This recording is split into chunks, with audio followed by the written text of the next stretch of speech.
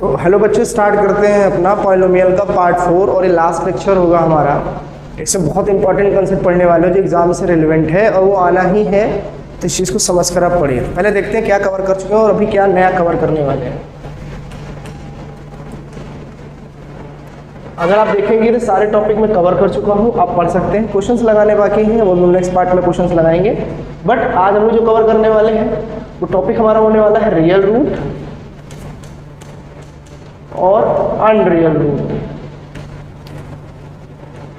Real root और एक होता है अनरियल रूट। टॉपिक कवर करना है, काफ़ी अच्छा है और विश्वास मानिए एकदम आराम समझ में आने वाला है। बस अब देखते जाओ कि मैं क्या समझाने जा रहा हूँ। तो पॉलिनोमियल था, पॉलिनोमियल में हम लोगों ने ये जाना कि लीनियर क्या होता है, क्वाड्रेटिक क्या होता है और क्यूबिक क्या होता है। और हमें क्लास 10 में पूरा फोकस करना था कि इस पे क्वाड्रेटिक पर। क्वाड्रेटिक पर मैंने आपको बताया था कि रूट्स क्या होते हैं और उसको जीरोस क्या होते हैं।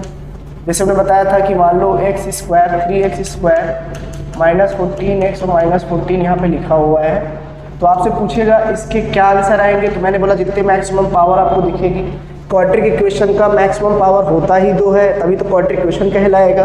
और जैसे आप आइडेंटिफाई कर लोगे तो आप बोलते जितनी पावर होती थी x के उतने वैल्यू पॉसिबल बनते थे, तो हम अल्फा और बीटा बोलते थे।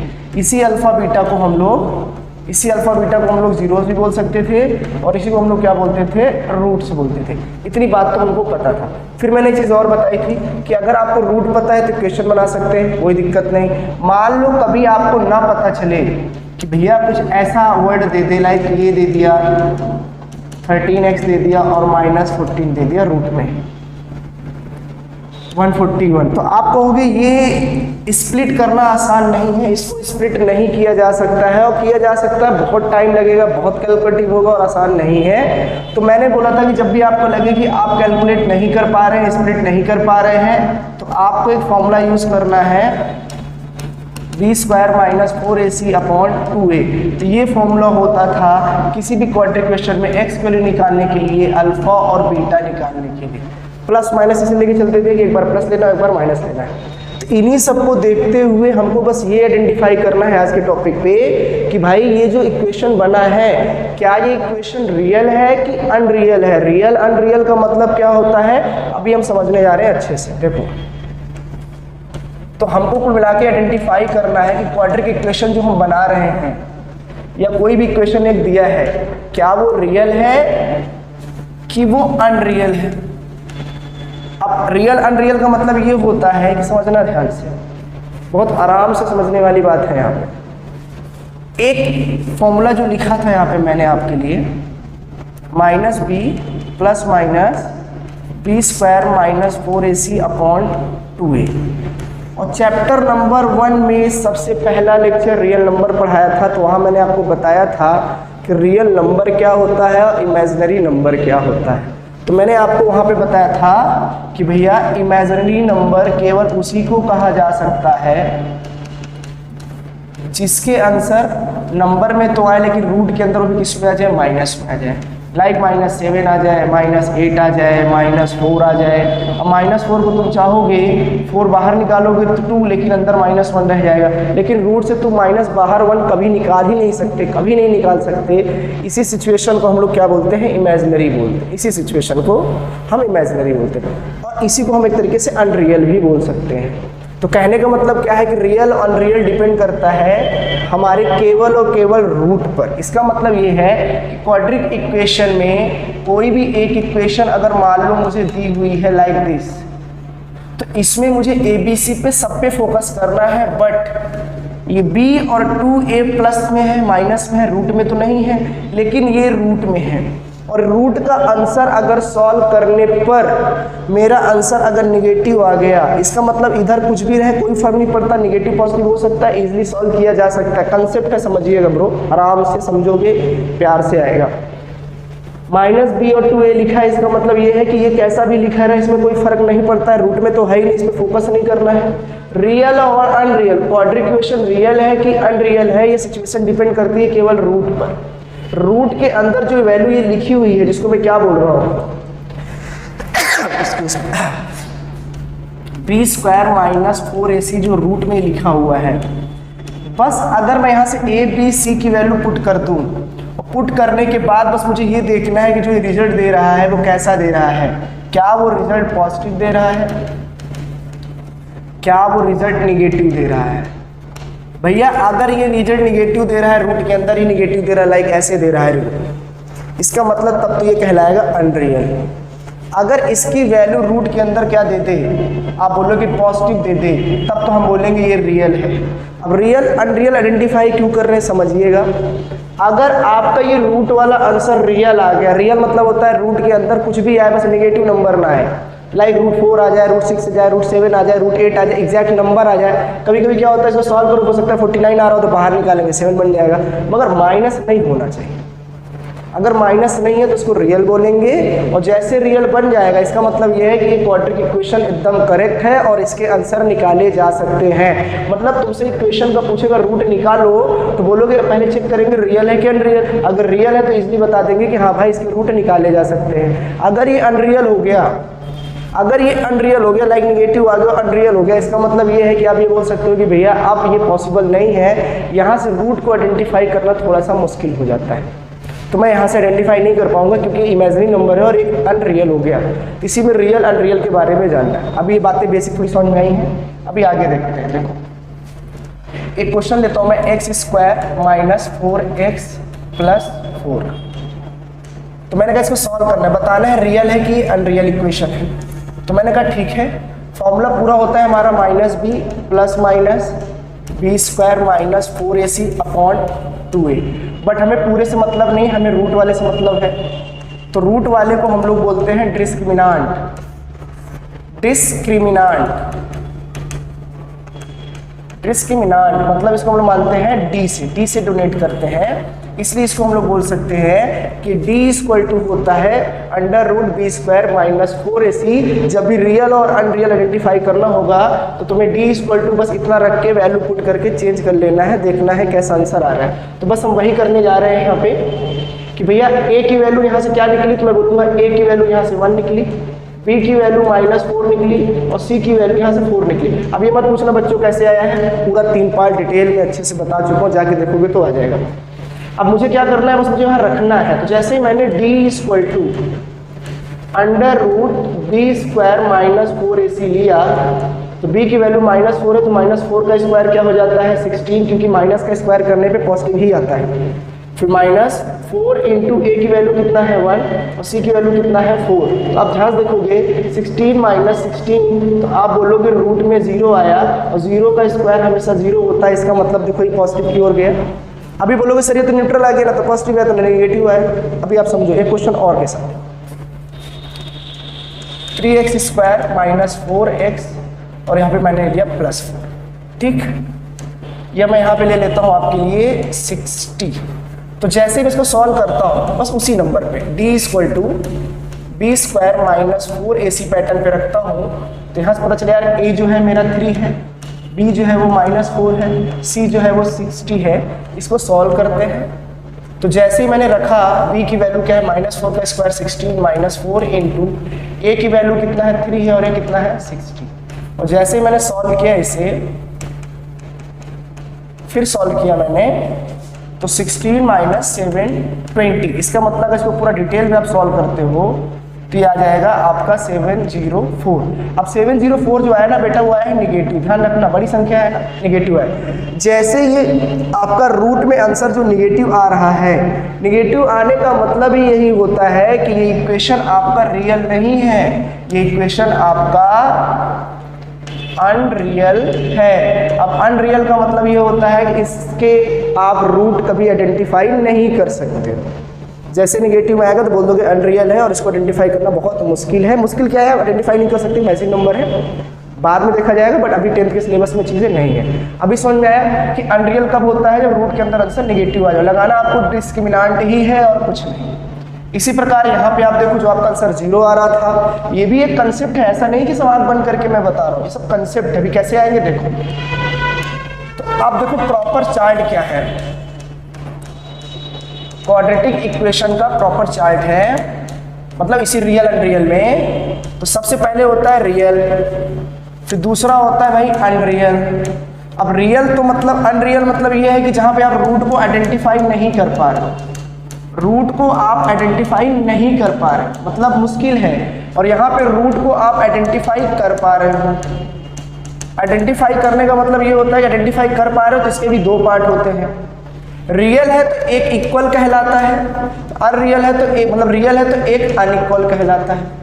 अब इक्वल अनइक्वल देखो बेटा, आप ये समझ चुके हो कि अनरियल कब होता है, जब रूट के अंदर कोई वैल्यू नेगेटिव आ जाए तो आप बोलोगे वो अनरियल है सर, ठीक है काम खत्म, वहां से भूल जाओ।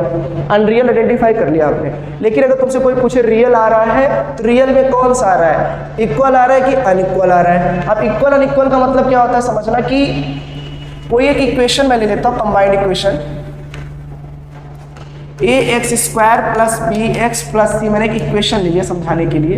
अब यहाँ से जो आप x की वैल्यू निकालोगे वो तो अल्फा आएगी और बीटा आएगी, इसी को तो हम लोग रूट बोलते हैं, रूट या क्या बोलते हैं इसे हम, जीरोस। तो अब इक्वल अनइक्वल का मतलब क्या होता है समझना, कभी कभी जब आप क्वाड्रेटिक इक्वेशन सॉल्व करोगे ना तो उस समय x की जो वैल्यू आएगी ना, हो सकता है दोनों सेम आ जाए, मतलब अल्फा इक्वल टू बीटा आ जाए, मतलब जो वैल्यू अल्फा की आ रही होगी वही वैल्यू बीटा की आ रही है, मतलब x के जो दो आंसर आने चाहिए दोनों एक जैसे ही आ जाएंगे।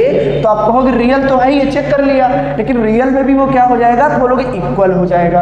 अनइक्वल का मतलब क्या होता है कि x के दो वैल्यू आएंगे, हो सकता है दोनों अलग अलग आ जाए। सॉल्व करेंगे तो हो सकता है कोई 2 आ रहा है तो कोई 3 आ रहा है। तो उस सिचुएशन में जैसे समझना, जैसे यहाँ पे तो वो 0 आया था, तो इस चीज को मैं समझाता हूँ आपको एकदम डिटेल में, सेम यही पैटर्न लेकर देखो। अभी ये तो समझ में आ गया हो ना आपको कि रियल में इक्वल अनइक्वल क्यों होता है, अभी समझ में आ जाएगा। देखो x² माइनस 4x प्लस 4, अब देखो ये इक्वल वाले हैं, x² माइनस 7x प्लस यहाँ पे 10। अब यहाँ देखते हैं, अब इसको स्प्लिट करते हैं, पहले स्प्लिट करना सीखो। स्प्लिट करेंगे तो 4 को स्प्लिट करेंगे तो 2 2 4 होता है और यहाँ पे 2 आ जाएगा, तो x² माइनस 2x प्लस 4। अब x कॉमन ले लोगे यहाँ पे आप, x माइनस 2 बन जाएगा, यहाँ माइनस 2 कॉमन ले लोगे तो x माइनस 2 बन जाएगा। x माइनस 2 कॉमन करोगे फिर x माइनस 2 कॉमन हो जाएगा यहाँ से, तो x इसको सॉल्व करोगे, x minus 2 equal to 0, x की वैल्यू 2 आ गई। फिर इसको सॉल्व करोगे x माइनस 2 इक्वल टू 0, तो x की वैल्यू 2 आ जाएगी। देखो यहाँ से x के दोनों आंसर क्या आए हैं बताओ आप, 2 और 2 आए, मतलब इक्वल आए हैं। यहाँ पे देखेंगे तो 10 को ऐसे ऐसे मल्टीपल में लाने हैं जो कि ऐड करने पे या सब्ट्रैक्ट करने पे 7 आ जाए। सबको पता हो, क्लास 9 पढ़ के आए होंगे आप। जैसे कि 10 को मैं तोड़ सकता हूँ 5 2 10, तो 5 2 7 भी होता है। माइनस लगा, इसका मतलब ये है कि मैं इसको माइनस में लिख सकता हूँ। अब मैं x कॉमन ले लूंगा तो x माइनस 5 बन जाएगा, यहाँ पे 2 कॉमन ले लूंगा तो x माइनस 5 बन जाएगा, फिर x माइनस 2 1 बन गया, फिर x माइनस 5 1 बन गया, मतलब कॉमन लिया तो मैंने x माइनस 2 कॉमन लिया, यहाँ से x माइनस 5 कॉमन लोगे तो x माइनस 2 बच जाएगा। तो यहाँ से सॉल्व जब करेंगे तो x माइनस 2 इक्वल टू 0, तो x की वैल्यू आ जाएगी 2, लेकिन जब यहाँ से सॉल्व करेंगे तो x की वैल्यू कितना आ जाएगा 5। तो देखो आप ध्यान से, यहाँ पे x की वैल्यू 2 आई है, एक 2 आई और एक 5 आई है। तो आप बोलोगे सर ठीक है ना, इसको सॉल्व किया सेम आया, इसको सॉल्व किया तो अलग अलग आ गया, लेकिन इसमें पता कैसे लगा रियल है कि अनरियल है, तो वो चेकआउट करके मैं आपको बता देता हूँ। यहाँ पे बेटा रियल नहीं होता तो आप इसको निकाल ही नहीं पाते, है ना। तो कैसे करना है इसको बस देखो, ये समझ में आ गया ना आपको कि डिफरेंट आपके रूट कैसे है और कैसे आप इक्वल कह सकते हो और अनइक्वल कह सकते हो। तो इस वाले में फॉर्मूला लगाने जा रहा हूँ, d equal to b² minus 4ac। तो आपको पता है यहाँ से a की वैल्यू कितना है 1, b की वैल्यू माइनस 4, c की वैल्यू है 4। तो जैसे आपने यहाँ रखा 4 की वैल्यू 16, फिर 4 इंटू 1 इंटू 4 ये रखा, ABC आप जानते होंगे, बता ही चुका है। 16 माइनस 16 बताओ आंसर कितना आ गया यहाँ पे 0। ये तो पहले वाले का था। अब दूसरे वाले का देखते हैं, d equal to b² minus 4ac root में ले लिया, फिर सॉल्व किया तो क्या है आप बताओ, a की b की वैल्यू 7, 7 का स्क्वायर कितना होता है 49 माइनस 4 इंटू 1 इंटू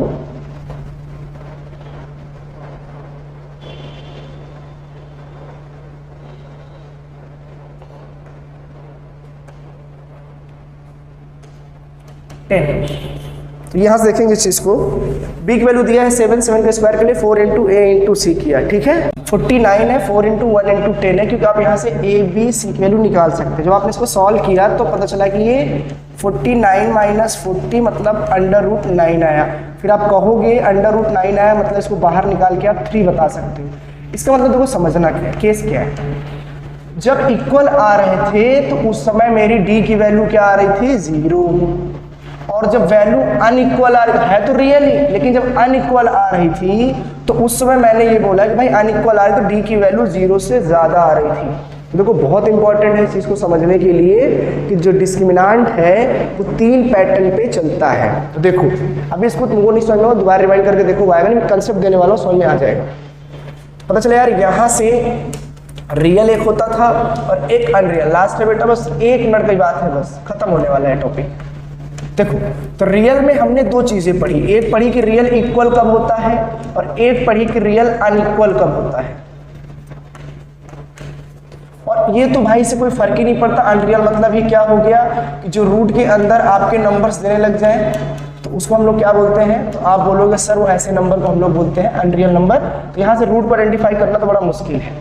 फिर पचले यार इक्वल को मैं क्या बोलता हूँ, इक्वल रूट तभी आएगा, मतलब x की जो वैल्यू आएगी वो दोनों सेम तभी आएगी जब d की वैल्यू क्या होनी चाहिए, इक्वल टू 0 के बराबर हो जाए। जैसा कि अभी हम लोगों ने देखा है कि d जैसे ही 0 के बराबर हो जाए, मतलब सॉल्व करने पे डिस्क्रिमिनेंट अगर 0 आ जाए तो आप कह सकते हो कि सर मेरा वहां पे रियल तो है लेकिन इक्वल आएगा। अनइक्वल कब आएगा, जब d की वैल्यू 0 से क्या हो जाए, बड़ी हो जाए। जैसे आपने यहाँ पे देखा था कि d की वैल्यू 0 से बड़ी आ रही है, देखो तो 0 आएगी या 0 से पॉजिटिव आएगी। तो आपको अगर सर हमेशा 3 आएगी क्या, मैंने कहा नहीं, हो सकता है √2 आ जाए, तब भी तो 0 से बड़ी ही वैल्यू है, 1 पॉइंट समथिंग में तुम्हारा आंसर आएगा, लेकिन माइनस नहीं होना चाहिए।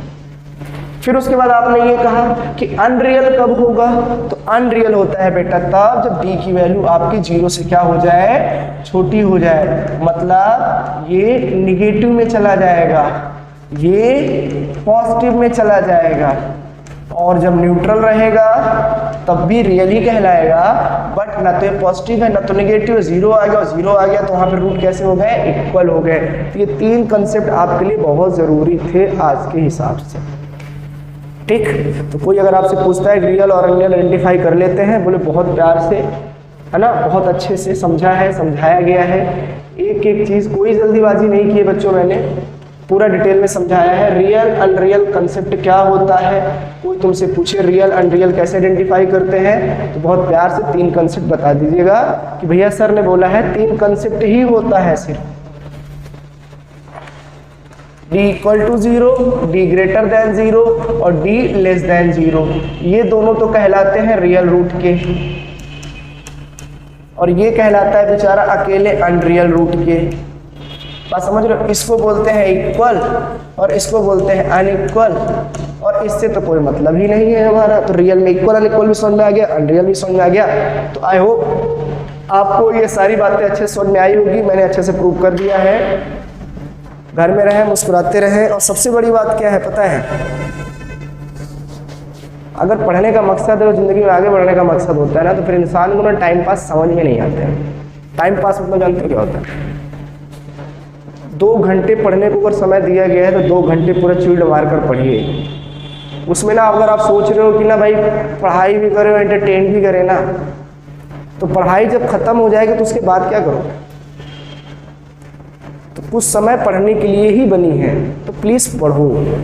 पढ़ने का मतलब ये कुछ स्किल्स जनरेट करो, कुछ सीखो, वो समझ में आ रहा है तो बढ़ते रहो। और कुछ लोगों को लगता होगा कि मुझे समझ में नहीं आ रहा है तो मैं मेहनत क्यों करूँ, किसी को समझ में नहीं आता इनिशियल प्रोसेस, स्टार्टिंग जोन में किसी को समझ में नहीं आता। मैं आज पढ़ा रहा हूँ, मुझे खुद नहीं समझ में आते, तो भाई मैं तुम्हें पढ़ा रहा हूँ ना, मैं कॉमर्स का टीचर हूँ। सबसे बड़ी बात तुम्हारे लिए यही होना चाहिए कि यार एक कॉमर्स का टीचर तो मैथ कैसे पढ़ा रहा है। मैं 12th को बच्चों को मैथ पढ़ाता हूँ, अभी आऊँगा प्लेटफॉर्म को लेकर। बहुत लोग डराते हैं कि मैथ बहुत हार्ड होता है, ये होता है, कुछ नहीं होता है। एक कॉमर्स बैकग्राउंड का बंदा तुमको प्रॉपर कॉमर्स के साथ साथ मैथ भी पढ़ा सकता है। तो सोचो कितना आसान होगा चीज़ों को समझना। अगर तुम समझ पा रहे हो तो कितना आसान है उस चीज़ को लगाना, है ना। तो प्राउड करो अपने आप पर कि आप तो मैथ ही पढ़ रहे हो, तब भी तुमको मैथ नहीं आ रहा है, इसके लिए तुम मेहनत कम कर रहे हो। मैं नॉन मैथ टीचर होकर मैं तुम्हें मैथ पढ़ा रहा हूँ, तो तुम मैथ के स्टूडेंट होकर मैथ पढ़ लो ना यार, है ना। आएगा, है ना, आएगा, बस बताते हैं।